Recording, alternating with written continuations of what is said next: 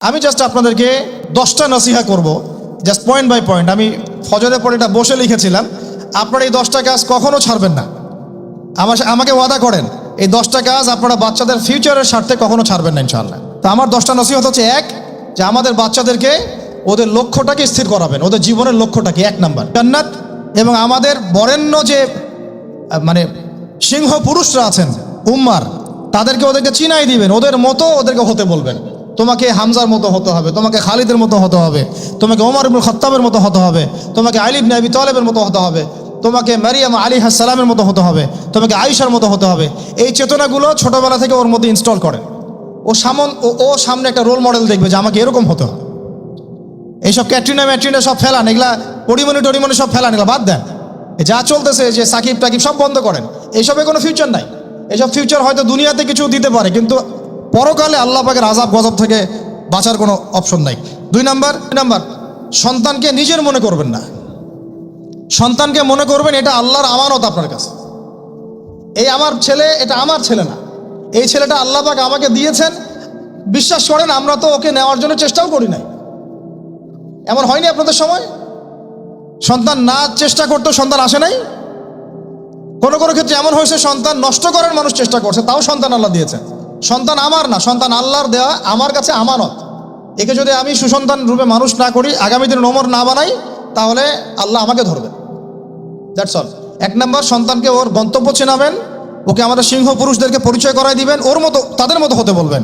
এবং সন্তানকে আপনি নিজের মনে করবেন না, সন্তানকে মনে করবেন আল্লাহর দেওয়া জাস্ট একটা আমানত। 3 নাম্বার, সর্বোচ্চ সেরা কারিকুলাম যারা দিচ্ছে ওই রকম প্রতিষ্ঠানে আপনি ওকে পড়াবেন। এরকম প্রতিষ্ঠান যদি সরকার দেয় তাহলে সরকারি প্রতিষ্ঠানে পড়াবেন, আমার কোনো সমস্যা নেই। যদি না দেয় তাহলে বেসরকারি, আর যদি বেসরকারিও না থাকে তাহলে আমরা গড়ে তুলবো ইনশাআল্লাহ তাআলা। 3 নাম্বার হচ্ছে এটা, 3 নাম্বার। 4 নাম্বার, আল্লাহর ওয়াস্তে, এটা আমি প্রথমে বলতে চাইছিলাম, আল্লাহর ওয়াস্তে ডিভাইসের এডিকশন থেকে বাচ্চাদেরকে বাঁচান। ডিভাইসের এডিকশন এত মারাত্মক যে আমি নিজে এখন কোরআনের আয়াত ভুলে যাচ্ছি দিন দিন। এই ডিভাইস আমার হাতে যেটা আছে, এটা একটা পয়জন, এটা একটা হিপনোটাইজ করার যন্ত্র মানুষকে। এই মোবাইলের এডিকশন থেকে বাচ্চাদেরকে বাঁচাবেন আল্লাহর ওয়াস্তে।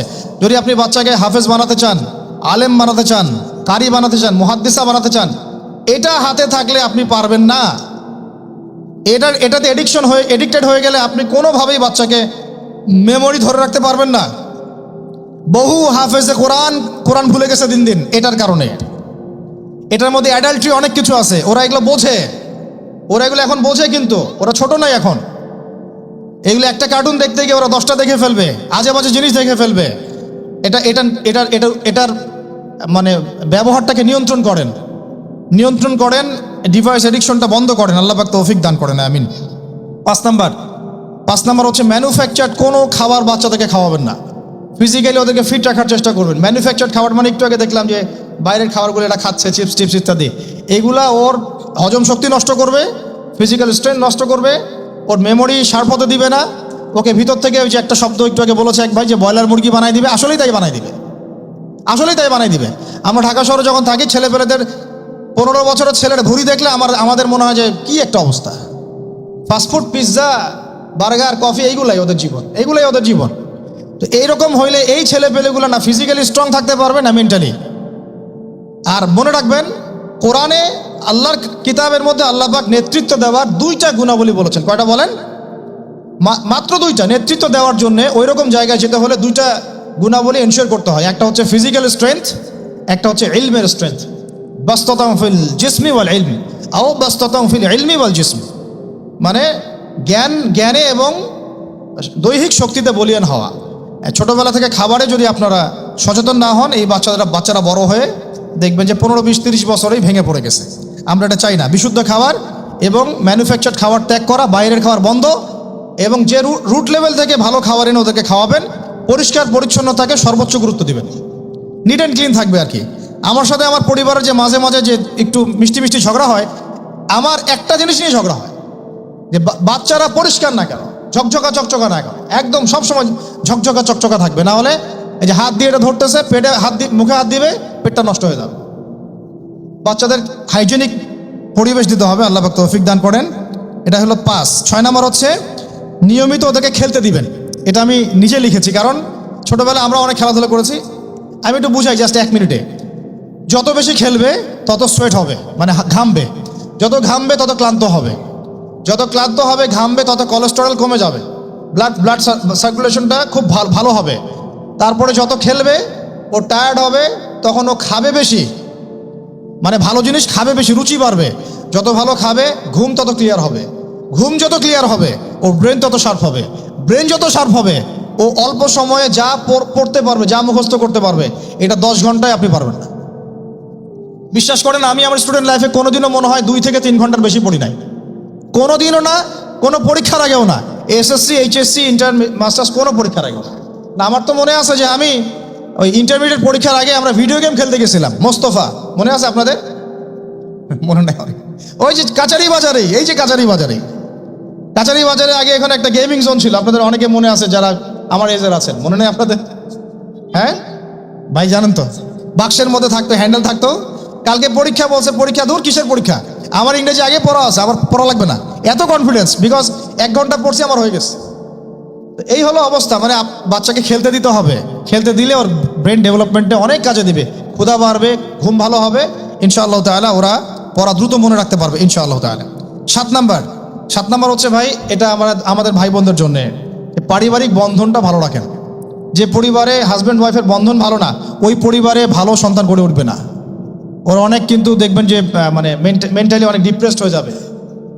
পারিবারিক বন্ডিংটা খুব ইম্পর্টেন্ট, এই জন্য আমরা দোয়া করি আল্লাহ পাক যেন সবার মধ্যে পারিবারিক বন্ডিংটা ভালো রাখেন এবং পারিবারিক কলহ থেকে আল্লাহ পাক আপনাদেরকে হেফাজত করেন, আমিন। আর অ্যাটলিস্ট বাচ্চাদের সামনে এগুলো করবেন না, যদি ঝগড়া হয় বা কথা কাটাকাটি হয়, অ্যাটলিস্ট বাচ্চাদের সামনে করবেন না। এগুলো বাচ্চাদের শিশু মনে অনেক প্রভাব ফেলে। আপনার উমর রাদিয়াল্লাহু আনহুর ঘটনা জানেন তো? উনি এত কঠোর কেন জানেন? আপনারা যে বলেন উনি কঠোর মানুষ ছিলেন, কেন জানেন? উনার বাবা তাকে ছোটবেলায় কঠিন শাসন করতেন, কঠিন শাসন। ঠিক আমি এরকম একটা পরিবেশে বড় হয়েছি।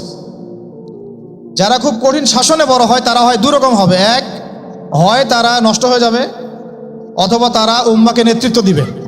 2টার একটা, হয় তারা খুব মানে মেন্টালি খুব ডিপ্রেসড হয়ে যাবে, অথবা দেখা যাবে যে তারা কঠোরতার কারণে ওরা দেখবেন ইনশাআল্লাহ ইসলামকে নেতৃত্ব দিচ্ছে বা আল্লাহর বিধানের উপর কঠোর হয়ে গেছে। তো আপনারা পরিবারের মধ্যে একটা হৃদ্যতার বন্ধন রাখবেন, যাতে করে পারিবারিক বন্ধন ঠিক থাকে। বাচ্চাদের সামনে অ্যাটলিস্ট কোনো রকম কোলাহল বা ঝগড়াঝাটি বা গায়ে হাত তোলা বা যে সমস্যাগুলো আমাদের সমাজে হচ্ছে, এগুলো যেন কখনো না হয়। আল্লাহ পাক যেন আপনাদের পরিবারের বন্ধনটাকে সুন্দর রাখেন, আমিন। আর 8 নাম্বারটা হচ্ছে বাবাদেরকে বলছি আমি, যে বাবাদের উচিত হবে মাদের দায়িত্ব না শুধু সন্তানদেরকে সময় দেয়া, বাবাদেরকে সন্তানদেরকে সময় দিতে হবে। Because brother, you are not a money making machine at all. আপনি মানি মেকিং কোনো মেশিন না, আপনার কাজ শুধু টাকা আর্ন করা না তো, আপনার আমার কাজ হচ্ছে বাচ্চাকে সময় দেয়া। কোরআন আপনি খোলেন, কোরআনের মধ্যে আপনি মা এবং ছেলের কোনো কনভারসেশন পাবেন না। আমার জ্ঞান ক্ষুদ্র, যদি থাকে আমাকে জানায়েন, যে কোনো জায়গায় যদি থাকে, কোনো জায়গায় যদি পান মা এবং ছেলের কনভারসেশন আমাকে জানায়েন। আমি কোথাও কোরআনে মা এবং ছেলের কোনো কনভারসেশন পাই নাই, মা এবং সন্তানের কোনো কনভারসেশন পাই নাই। আমি যদি ভুল হই বা আমার যদি জানা না থাকে আপনি আমাকে জানাই দিন।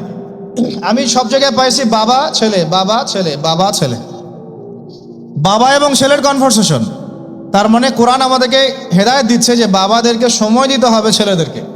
ইউসুফ তার বাবার সাথে কথা বলছেন, ইউসুফের বাবা তার ছেলের সাথে কথা বলছেন, লুকমান আলাইহিস সালাম তার ছেলেকে নসিহত করছেন, ইব্রাহিম আলাইহিস সালাম তার ছেলেকে বলছেন আমি তোমাকে জবাই করার স্বপ্ন দেখেছি।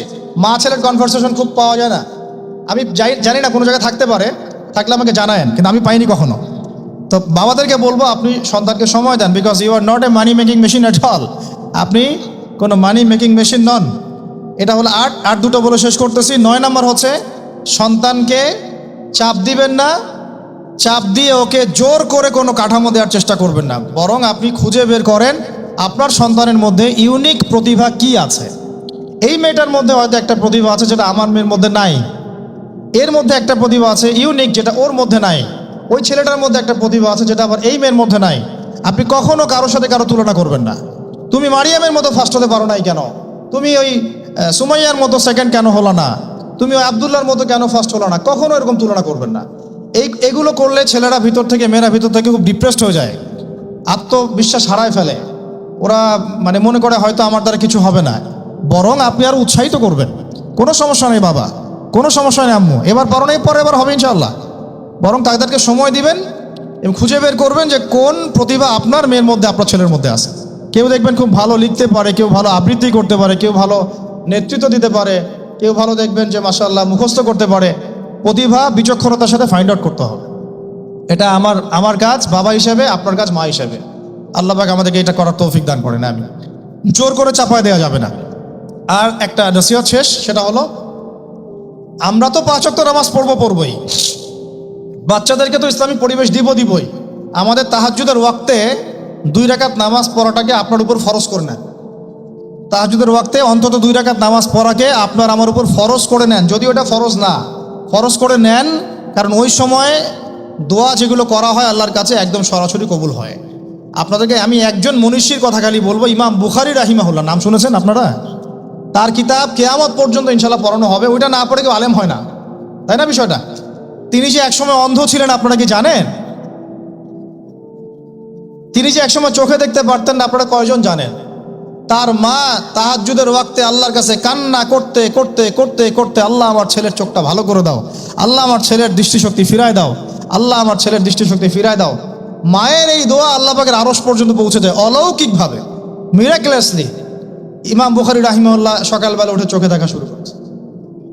আজকে ইমাম বুখারী কি এবং তার কিতাবের মূল্য কি, তার মর্যাদা কোথায়, তার কিতাব না পড়লে আমাদের মধ্যে কোনো মানুষ আলেম হতে পারবে না, এটা আমরা এখন স্বতঃস্বীকৃত। কিভাবে হয়েছে ভাই বোনেরা? দোয়ার মাধ্যমে। প্রচুর দোয়া করতে হবে সন্তানদের জন্য। আমি যতবার বাইতুল্লাহ যতবারই জিয়ারত করেছি, তাওয়াফ করেছি, প্রত্যেক তাওয়াফে আমি সবসময় দোয়া করি আমার ছেলে মেয়েদের জন্য। আল্লাহ আমার ছেলে ওসমানকে ওসমান রাদিয়াল্লাহু আনহুর মতো বানাও। শর্টকাট দোয়ার কি? আমার ছেলে মেয়ে মারিয়ামকে মারিয়াম আলাইহিস সালামের মতো বানায় দাও। আল্লাহ আমার মেয়ে আয়েশাকে আয়েশা রাদিয়াল্লাহু আনহার মতো বানায় দাও। আল্লাহ আমার ছেলে ওমরকে ওমর ইবনে খাত্তাবের মতো বানায় দাও। আপনারা এভাবে দোয়া করতে থাকুন। দোয়া কবুলের সময়গুলো খুঁজে খুঁজে বের করে দোয়া করতে থাকতে হবে ইনশাআল্লাহ। বাবা মার দোয়া আল্লাহ পাক ফেলবেন না ইনশাআল্লাহ। আল্লাহ পাক আমাদেরকে এই বিষয়গুলো আমল করার তৌফিক দান করেন। আর সব সময় ছেলে মেয়েদেরকে আত্মবিশ্বাস দিবেন। যত তাদেরকে কনফিডেন্স দিবেন, ওরা আরো ভালো করবে। যত ধমক দিবেন, এই তুই পারিস না, তোর দ্বারা হয় না, তুই কি করস, ইত্যাদি ইত্যাদি, তত দেখবেন ও আর পারতেছে না। আমি বেসিক্যালি ছোট থেকে যে বড় হয়েছি, এই জিনিসটার অনেক ঘাটতিতে বড় হয়েছে। কনফিডেন্স না দেয়া। তবে সবাই সবকিছু হয় না, কিছু ব্যতিক্রম বিষয় থাকে। কিন্তু আমি যেটা রিয়েলাইজ করেছি, একটা মানুষকে যখনই কনফিডেন্স দেওয়া হয়, সে অনেক ভালো করে। যখন আপনি তাকে আন্ডারস্টিমেট করবেন, সে ভালো করতে পারবে না। তাই আল্লাহর ওয়াস্তে আমাদের বাচ্চাদের উপরে চাপ না দিয়ে আত্মবিশ্বাস দিবেন, ভালোবাসবেন, মহব্বত করবেন, ওকে উৎসাহ দিবেন, দেখবেন ইনশাআল্লাহ ও আরও ভালো করতেছে ইনশাআল্লাহ। মাশাআল্লাহ তুমি তো সুন্দর লিখছো, আরেকটু ভালো করো, ভালো হয়েছে তো মাশাআল্লাহ, আরেকটু করো, সুন্দর আর্ট করছো, আরেকটু ভালো করো, মাশাআল্লাহ একবারও তো মুখস্থ করে ফেলছো, আরেকবারও পারবা ইনশাআল্লাহ। ওকে এইভাবে বুস্ট আপ করতে থাকেন ইনশাআল্লাহ তাআলা। দেখবেন এভাবে যদি একটা পরিকল্পনা মাফিক আমরা আগাই, জাস্ট 20টা বছর সবর করি যদি আমরা, আল্লাহ পাক যেন আমাদেরকে তৌফিক দান করেন, টানা 20 বছর যদি আমরা নেক হায়াতের সাথে এভাবে রাত দিন 24 ঘন্টা নিরলস দিনের কাজ করতে পারি, অ্যাটলিস্ট এডুকেশন সেক্টরে, আমাদের তো পলিটিক্যাল সেকশন নাই, ইকোনমিক সেকশন আমাদের হাতে নাই, অ্যাটলিস্ট শিক্ষা সেক্টরে যদি আমরা এভাবে কাজ করতে পারি, আগামী 20 বছরে বাংলাদেশের শিক্ষা ক্ষেত্রের হুলিয়া পরিবর্তন করে ফেলা সম্ভব ইনশাআল্লাহ। কারণ সব কিছু নতুন করে করা লাগবে না, আমরা শুধু সমন্বয় করব, পরিবেশ গড়ব এবং আমাদের জানমাল, সময়, শ্রম, জমি জমা এগুলো ওয়াকফ করবো ইনশাআল্লাহ আল্লাহর জন্য। এবং এগুলো করলে লাভ কি হবে? ওই বিখ্যাত হাদিসটা দিয়ে শেষ করতেছি, যে নবী সাল্লাল্লাহু আলাইহি ওয়াসাল্লাম বলেছেন, ইযা মাতাল ইনসান, যখন মানুষ ইন্তেকাল করবে বা করে, ইনকাতা আনহু আমালু, তার আমল নামাটা কেটে দেয়া হয়, বন্ধ হয়ে যায়। ইল্লা সালাস, 3টা রাস্তা খালি জারি থাকে। 1 নম্বরই হচ্ছে সাদাকায়ে জারিয়া, মানে এমন সাদাকা, এমন কন্ট্রিবিউশন যেটা আমার ইন্তেকাল, আপনার ইন্তেকালের পরেও একেবারে চলতে থাকবে, লং টাইম সাস্টেন করতে থাকবে, এটা একটা। 2 নম্বর ওয়ালাদুন সালেহ, আমার নেককার সন্তান বা আপনার নেককার সন্তান, যে আপনার আমার জন্য কালকে আমাদের মানে পরকালে বারজাখের জীবনে আমরা যখন থাকবো তখন তারা দোয়া করতে থাকবে। আর আমি বলছি, আমার ওমরই শুধু আমার ছেলে না, আপনাদের সবার সন্তান আমার সন্তান, আপনাদের সবার মেয়ে আমার মেয়ে। আমি এভাবে কখনো চিন্তা করি না যে প্রতিষ্ঠানগুলো আমরা করতেছি বা যে প্রজেক্টগুলো আমরা নিচ্ছি হাতে, এগুলো শুধু আমার ছেলের জন্য, আমার মেয়ের জন্য, কোশ্চিন কালেও না। এদেশের প্রত্যেকটা শিশু আমার শিশু, আমার ছেলে আমার মেয়ে।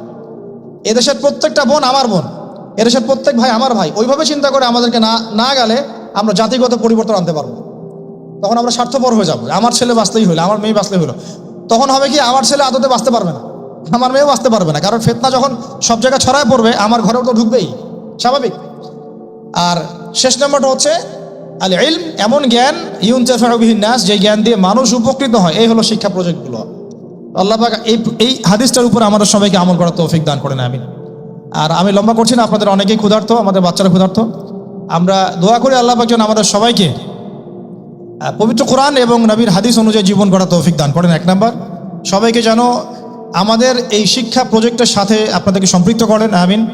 আমাদের জীবনের গন্তব্যটা আমাদেরকে ফিক্স করার তৌফিক দান করেন, বাচ্চাদেরকে মানুষ করার তৌফিক দান করেন, সবাইকে হালাল খাওয়ার তৌফিক দান করেন, ধৈর্য ধরার তৌফিক দান করেন, নেক আমল আল্লাহ পাক যেন বেশি বেশি করার তৌফিক দেন এবং সুন্নাহ ভিত্তিক জীবন করার তৌফিক দেন।